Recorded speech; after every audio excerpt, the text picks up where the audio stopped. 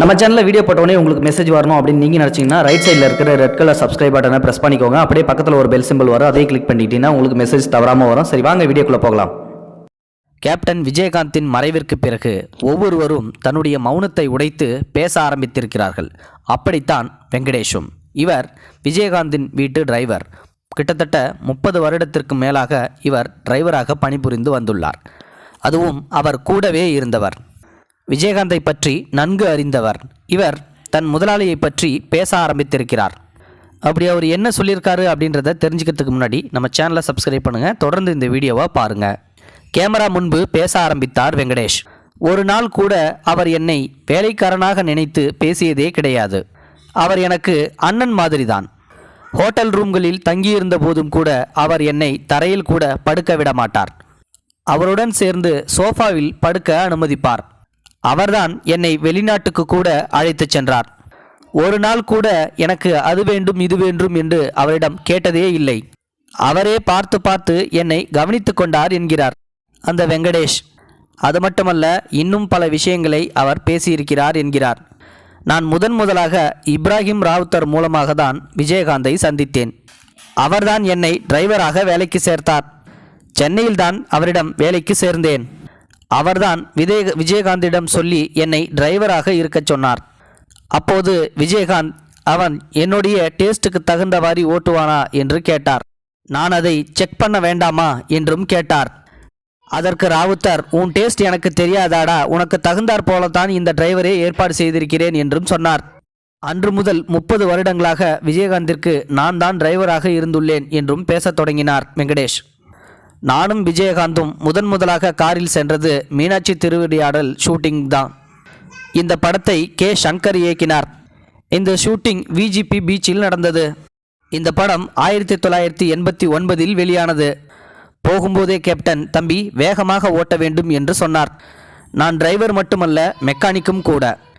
எனவே அடித்து தூக்கி வண்டியை ஓட்ட ஆரம்பித்தேன். அவருக்கு அந்த டிரைவிங் பிடித்து விட்டது. மேக்கப் ரூமுக்கு போனதுமே ராவுத்தருக்கு ஃபோனை போட்டார் விஜயகாந்த். சூப்பர் பையன்டா, நான் இவனையே வைத்துக்கொள்கிறேன் என்றார் விஜயகாந்த். அன்று தொடங்கியது 30 வருட பயணம். அவர் முதலாக வைத்திருந்த வண்டி TMM2. அதுதான் அவருக்கு மிகவும் பிடித்த வண்டி. அதனால் அதை பழுது நீக்கி இப்பொழுதும் தன் வீட்டிலேயே வைத்துள்ளார் அந்த வண்டியை. அதன் பிறகு எம்ஜிஆர் மனைவி ஜானகி அம்மா கொடுத்த வேன். அதை தான் அவர் பிரச்சாரத்திற்கு பயன்படுத்தியும் வந்தார். கேப்டனுக்கு புல்லட் டிரைவ் பண்ண ரொம்ப பிடிக்கும். மதுரையில் இருக்கும்போதே அவர் புல்லட் வைத்திருந்தார். அதற்கு முன்னால் 2 நாய் பொம்மைகள் உட்கார்ந்திருக்கும். அவருக்கு நாய்கள் மீதும் அவ்வளவு பிரியம் உண்டு.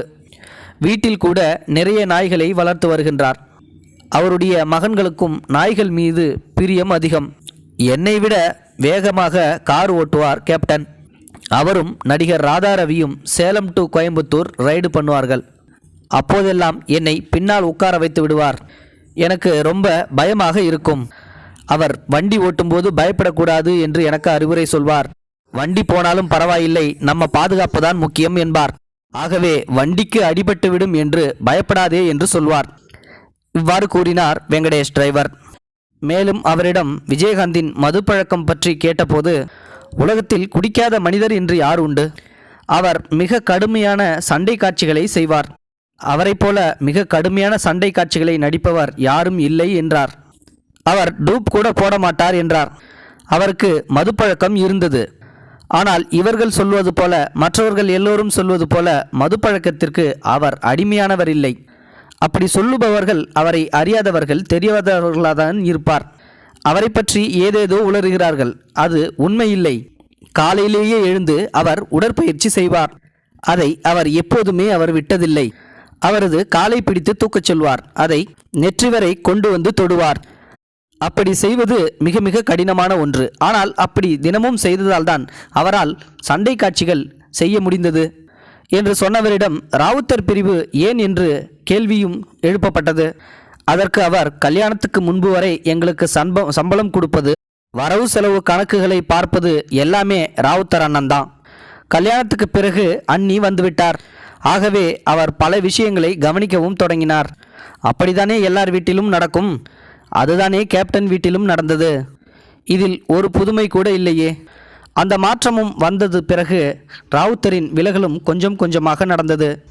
திருமணத்திற்கு முன்பு கேப்டன் எப்படி ராவுத்தரை பார்த்து கொண்டாரோ அதே போல விஜயகாந்தின் மனைவியும் பார்த்து கொண்டார் என்றார்.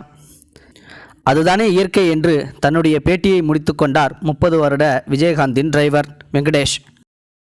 இது போன்ற செய்திகளை உடனுக்குடன் நீங்கள் தெரிந்து கொள்ள மறக்காமல் எங்களுடைய சேனலை சப்ஸ்கிரைப் செய்யவும், கூடவே பக்கத்தில் வரும் பெல் ஐக்கானையும் கிளிக் செய்யவும்.